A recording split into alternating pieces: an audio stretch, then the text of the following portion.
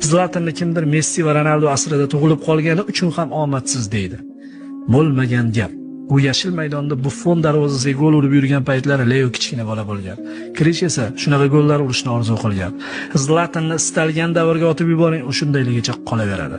Maradona asrida ham, Pele asrida ham. Chunki u boshqacha bo'la olmaydi, boshqacha o'ynay olmaydi. Messining ba'zi harakatlarini Ronaldo hech qachon takrorlay olmaydi. Krishtianuning ba'zi zarbalari ham Leoga imkonsiz yumush.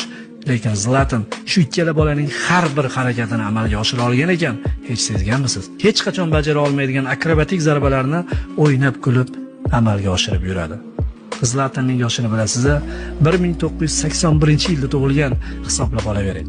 Zidandek Daho ham 34 yoshida o'zidagi nuqsonlarni sezgan va obro'si borida futboldan ketgan.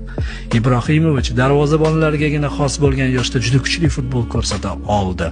Jarohatgina uni bizga ko'rsatmasdan turishi mumkin xolos. Qarib qolgani ozgina sezilsa ham jamoasining eng yaxshi o'yinchisi bo'lib tura oladi u. Baribir Tottining zaxiradan tushib nomigagina o'ynagani qayoqda-yu, qahramonimizning yuqori saviyali o'yin ko'rsatayotgani qayoqda? Farq katta-ya.